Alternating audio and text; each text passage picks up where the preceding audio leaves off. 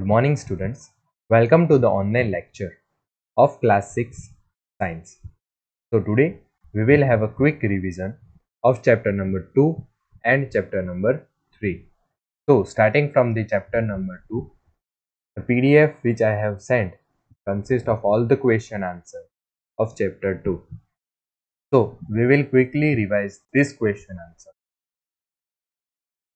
Question number 1 is, name the major nutrients in our food. We have to name the nutrients required for our body for the proper growth.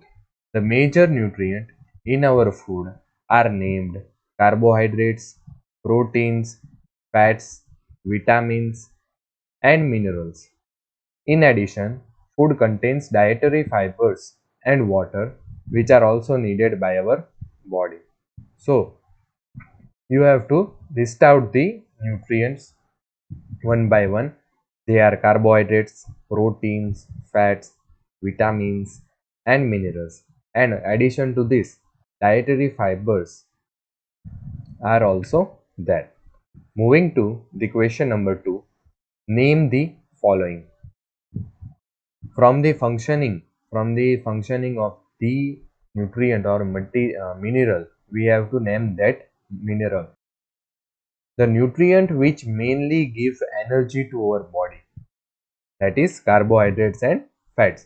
If we consume carbohydrates and fats in our body, then we will get more energy. Question number 2b, the nutrients that are needed for the growth and maintenance of our body. So we have to name that nutrient which is required for the growth and the maintenance of our body, and that nutrient is protein. By taking protein in our body, we can have a proper growth and maintain our body. A vitamin required for maintaining good eyesight, that is vitamin A.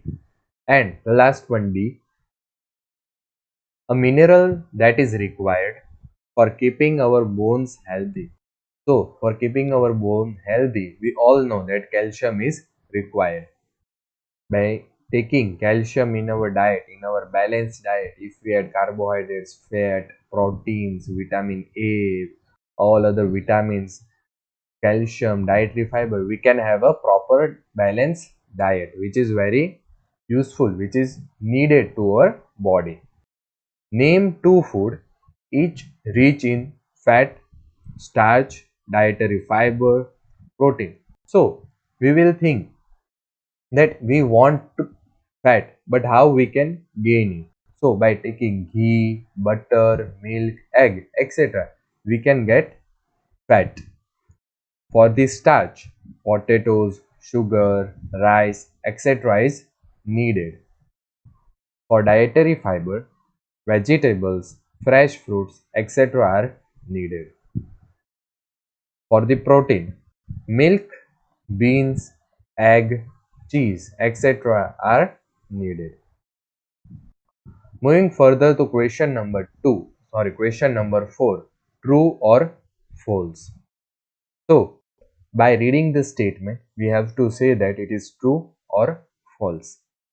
By eating rice alone, we can fulfill nutritional requirement of our body. So, according to the definition of balanced diet, we know that by taking only one kind of material or taking one kind of protein, we cannot provide or we cannot fulfill the nutritional requirement of our body. So, this statement is false. The second one is deficiency.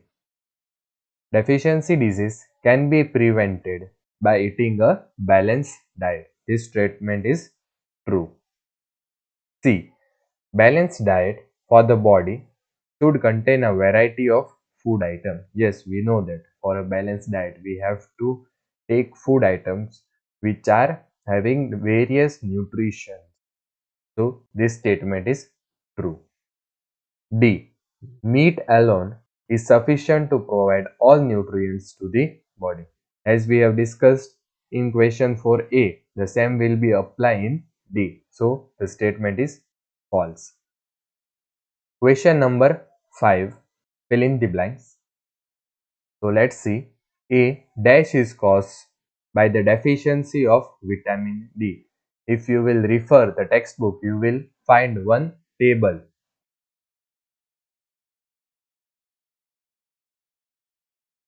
In that, all the diseases and required vitamin and deficiency vitamin list is given.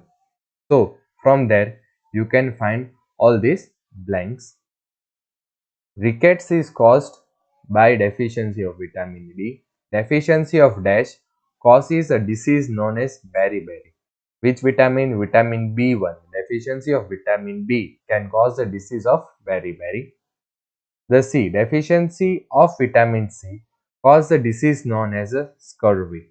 Okay. And the last one is night blindness is caused due to deficiency of dash in our food. So the answer is vitamin A. Now quickly moving to the chapter number 3. Question number 1. Chapter 3 is of about fiber to fabric.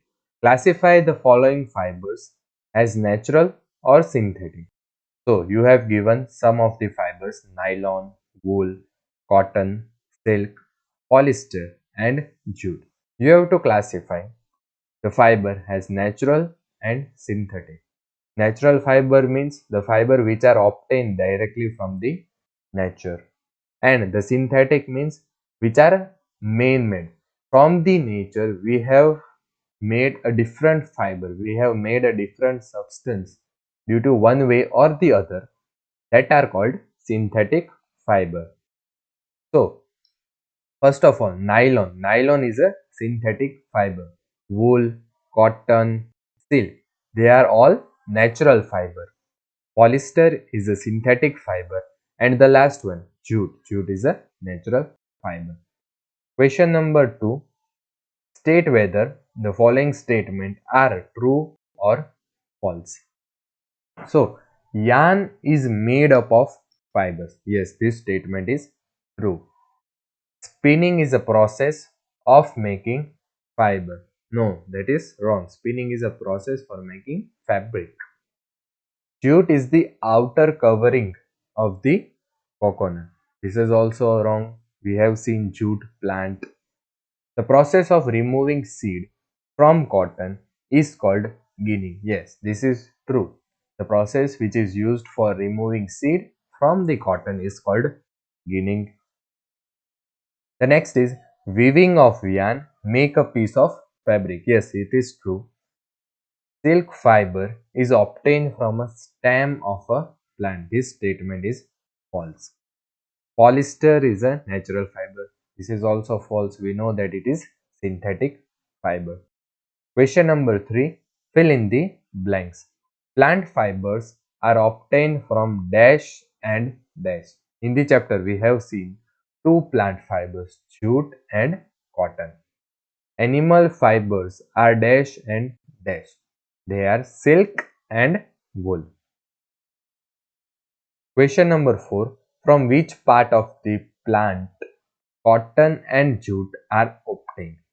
So the answer is cotton is obtained from the fruits of the cotton plant called cotton balls.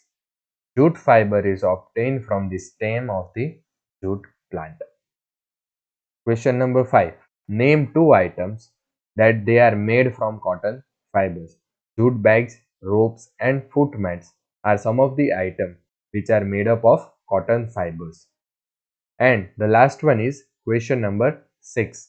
Explain the process of making yarn from the fiber. We have seen this whole process in detail in the previous lectures. The process of making yarn from fibers is called spinning. In this process, fibers from a mass of cotton are drawn out and twisted. We have done this activity of twisting. This brings the fibers together to form a yarn. So, firstly, yarn is made up of from fiber by the process of spinning.